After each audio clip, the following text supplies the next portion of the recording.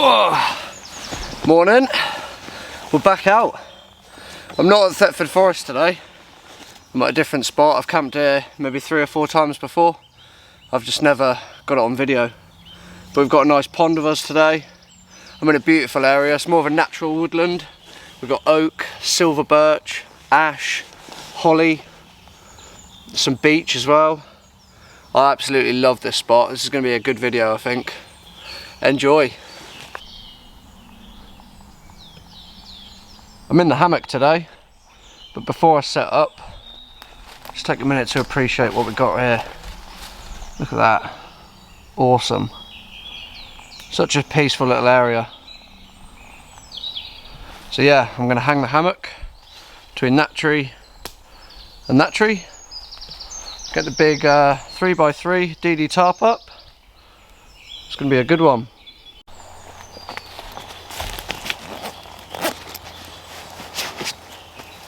Got the Cover Cure £20 hammock off of Amazon. This thing's absolutely brilliant. Comes with a mozzie net as well. It's cheap and cheerful, but I tell you what, it's bomb proof.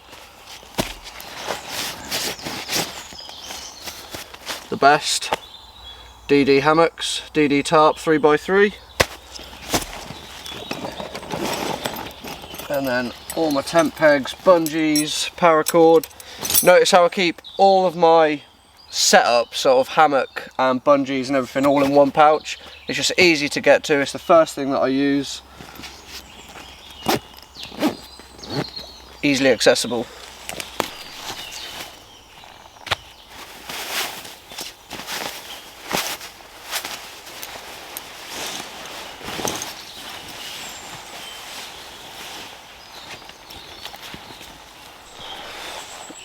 When I'm stringing this hammock up, I normally aim for about eye level on the tree and just go round it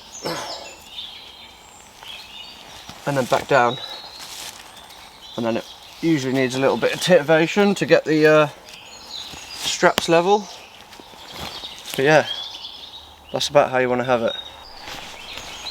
And it's on a carabiner, so I clip on one end first.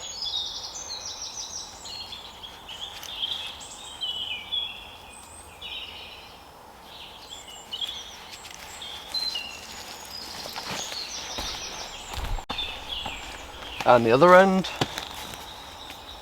This is a smaller tree, so I might have to wrap around twice. Actually, that should be alright.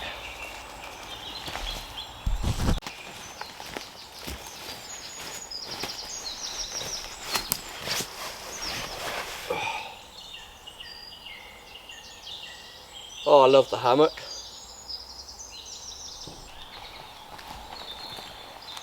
So they say when setting a hammock up, you want it at about waist level. It's supposed to be the ideal height. That way it doubles up as a chair easy enough. You got a good bit of ground clearance. Got this nice and taut. And it's really comfy. I like to put a foam roll mat in the bottom of the hammock. Find it a lot more comfortable. Gives you a bit of protection if there's any wind going underneath you. There's not today. I just think it makes it a little bit more stable. It's definitely a little bit warmer. It just sits in there nice.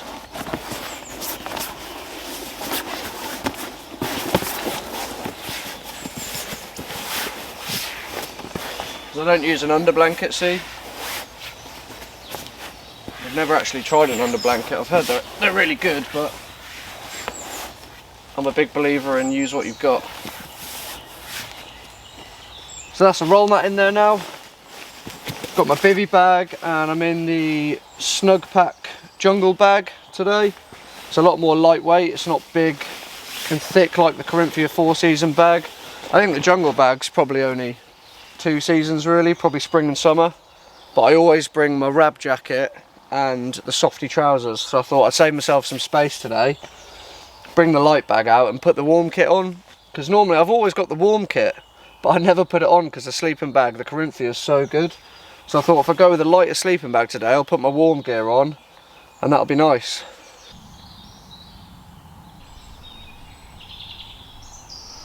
That's me all set up now. Just got the tarp up, got it nice and tight. We've got the ground sheet down. The eagle-eyed amongst you will have noticed I'm using a different rucksack today. This is the setup I used to use out on patrol in Afghan.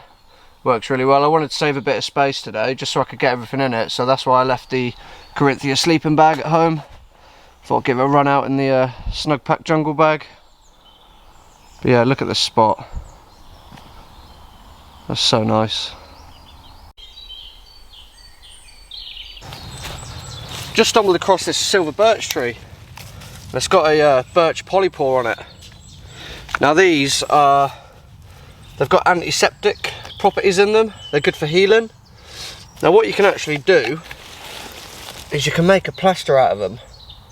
You just score out a plaster shape. If you cut yourself, these are used back in deer as plasters.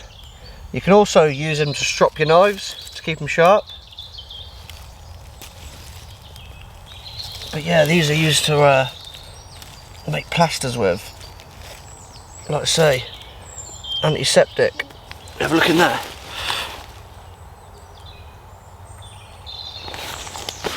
And you just wrap them around. You do them a little thinner than that, but that's the idea.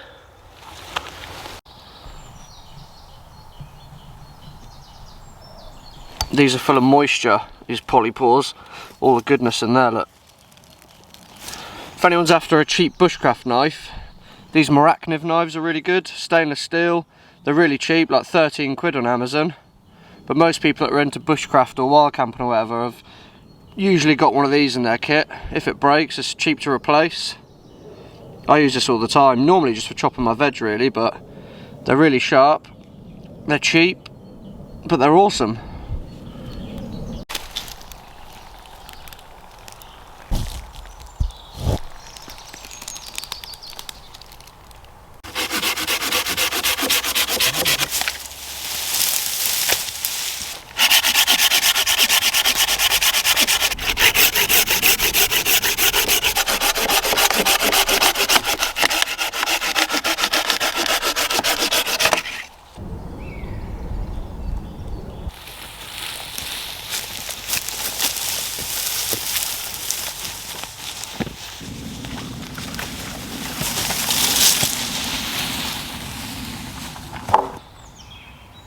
Do you reckon I should go for a swim in here?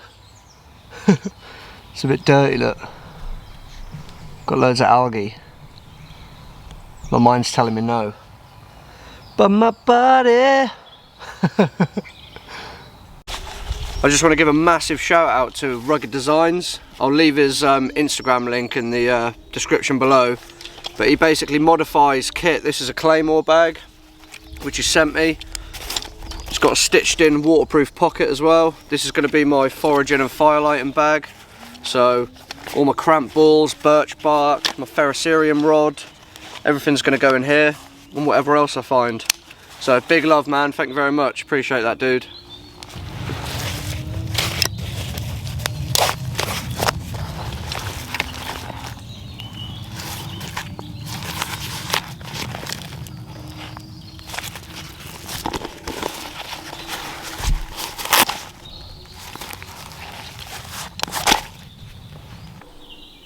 As you can see, I've been out grafting this afternoon. I didn't want to bore you with any more wood processing clips, so there you go. I might drop a few clips of me swinging an axe in there instead, but this should last me a fair while. If I was with the bush ape, this would be a good half an hour's worth of wood maybe. But yeah, that should see me for a while, that.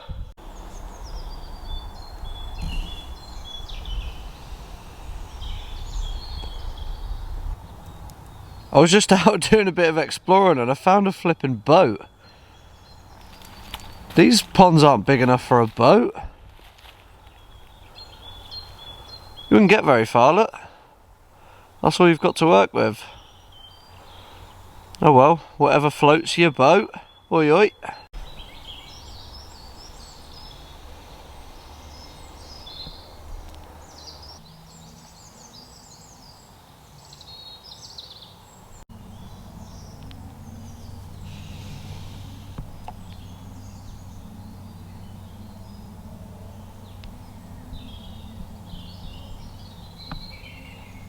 For my benefit, I hope you enjoyed that Haribo clip, because I just dropped the bag in this pond like 3 times. That clip just took me like 15 minutes to get.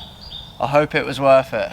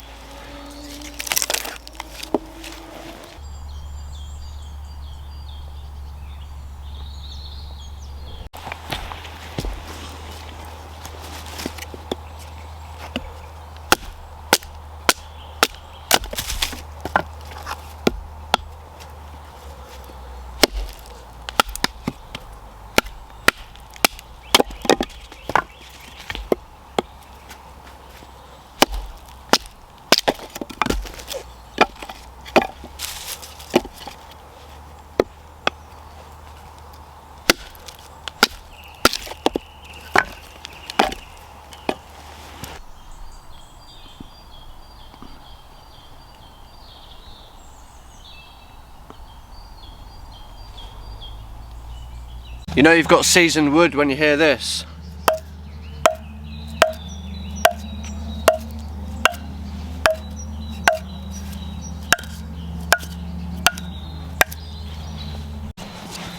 Big shout out to Dead Man's Jive for the t-shirt. They've got some wicked t-shirts, some awesome beanies. I'll drop the link in the description below. Check them out on Instagram. It's always good to help up and coming independent brands, and I always wear it. Don't know if you noticed, but I've always got a Dead Man's Jive tee on.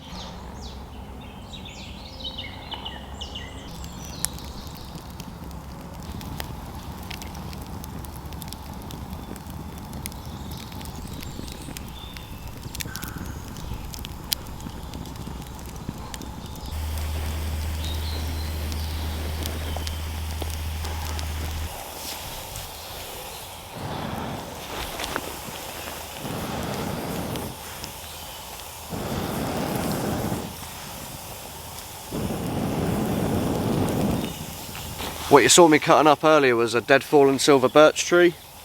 So this is all silver birch on the fire. Now silver birch smells disgusting. It burns really hot and really fast. You shouldn't really use it as your only firewood, purely because you'll just constantly be processing. Now really I just want the fire to cook my dinner tonight, so I'm not too fussed. I've got a good stack of it there, so it should see me for a couple of hours. But it's lovely and warm.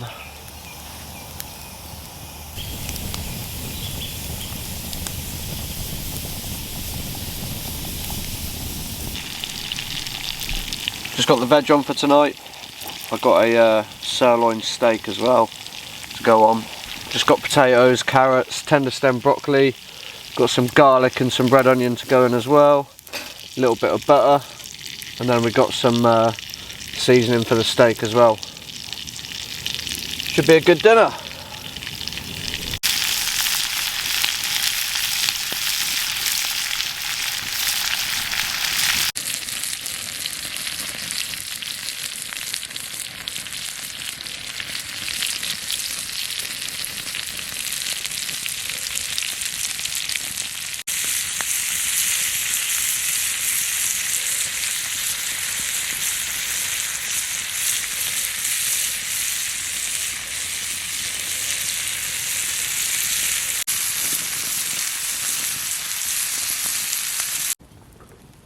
Dinner is served. Steak and veg. An absolute winner.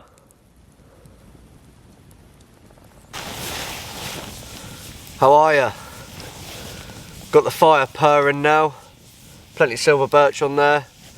I've just done an Instagram live. That was quite fun. Just answering people's questions and shooting the shit. Had a couple of beers. Got a couple more to drink. That's me for the night now.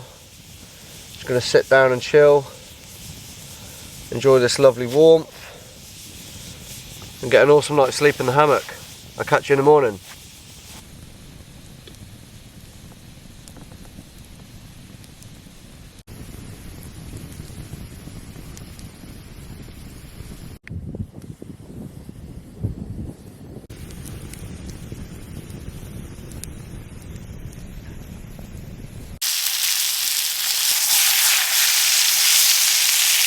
You know what it's like when you've had a couple of beers. Get a little bit beer hungry.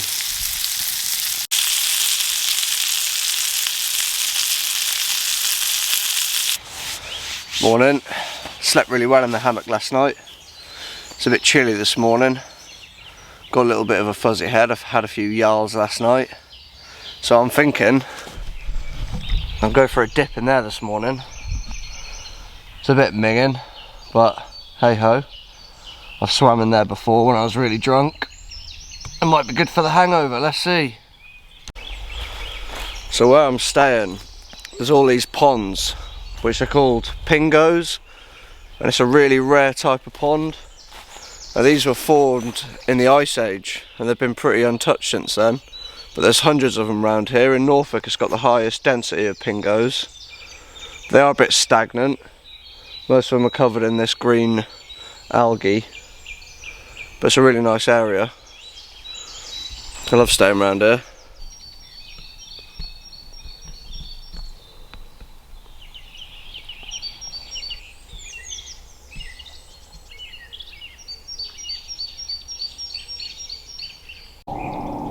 I think you'd need more than a silver birch plaster and some birch water to cure the diseases that are probably in here. I bet it's riddled with leeches and all sorts of stuff. It's going to be a good one. Look at the colour of it.